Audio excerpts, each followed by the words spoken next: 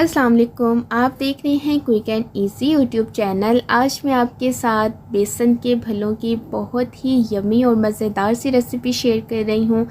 आपने आज तक इतने सॉफ़्ट और जूसी भले कभी नहीं खाए होंगे। बहुत ही मज़े के बनते हैं, बहुत सॉफ़्ट और जूसी होते हैं, बहुत चटपटे से होते हैं, सबको बहुत ज़्यादा पसंद आते हैं। आप लोग लाजमी ट्राई कीजिएगा। तो चलिए स्टार्ट करते हैं।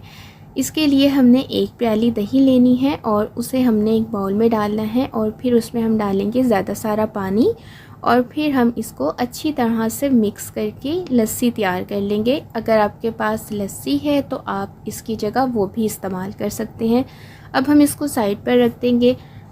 अब हमने एक बाउल लेना है और उसमें डालना है 1.5 कप बेसन और नमक इसमें डालना है 2 टीस्पून, कुटी लाल मिर्चें 2 टीस्पून, ज़ीरा 2 टीस्पून और बेकिंग पाउडर इसमें डालना है 1/4 टीस्पून से भी कम। बहुत थोड़ा सा इसमें बेकिंग पाउडर डलता है और फिर हम इसको अच्छी तरह से मिक्स करेंगे और 5 मिनट हमने इसको फेंटना है।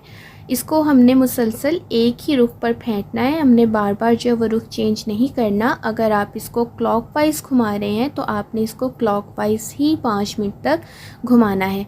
ये स्टेप थोड़ा सा मुश्किल है, इसमें आपका जो हाथ थक जाता है, लेकिन इस तरह से करने से आप देखिएगा आपके भले कितने सॉफ्ट और कितने जूसी बनेंगे। 5 मिनट बाद जो हमारा मिक्सचर है वो इतना फ्लफ़ी हो जाएगा। अब हम इसको कढ़ाई में डालकर फ्राई कर लेंगे।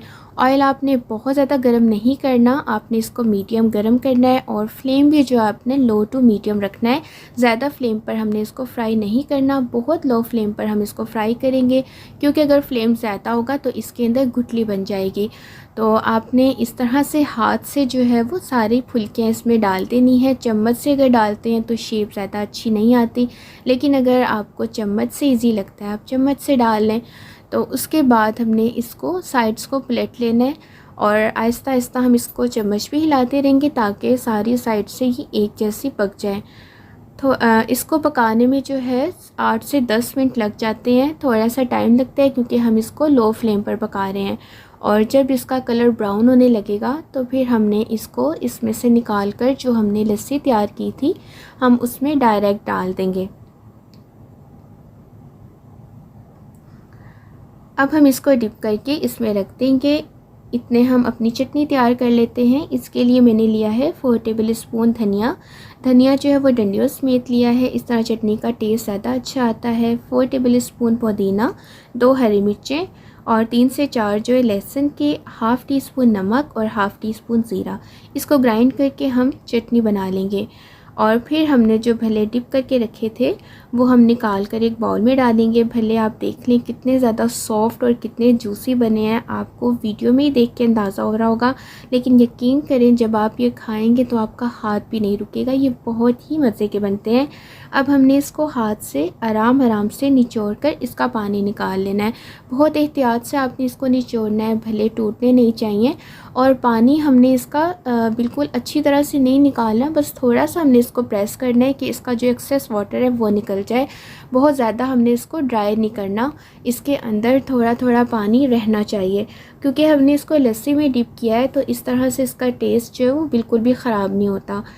तो इस तरह हम सारे जो भले हैं वो एक बाउल में ऐसे निकाल कर सेट कर लेंगे और फिर हमने इसके ऊपर डालना है दही। दही जो है वो बहुत ज़्यादा ठीक होना चाहिए और इसको हमने अच्छे से फेंट लेना है। मैंने पैकेट वाला दही यूज़ किया है। पैकेट का जो दही होता है वो काफ़ी थिक होता है। अगर आप खुला दही यूज़ कर रहे हैं तो आप उसको मलमल के कपड़े में डालकर लटका दें ताकि उसका जो एक्सेस वाटर है वो निकल जाए।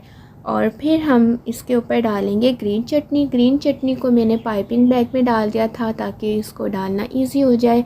और उसके बाद हम इसमें मीठी चटनी ऐड कर लेंगे। मीठी चटनी की रेसिपी मेरे चैनल पर आपको मिल जाएगी। खुबानी और इमली से मैंने ये मीठी चटनी तैयार की है। इसको डालने से जो है फ्लेवर बहुत ही मज़े का हो जाता है। तो भले हमारे रेडी हो चुके हैं, इसको आप फ़ौरन भी सर्व कर सकते हैं, फ्रिज में रख के भी सर्व कर सकते हैं।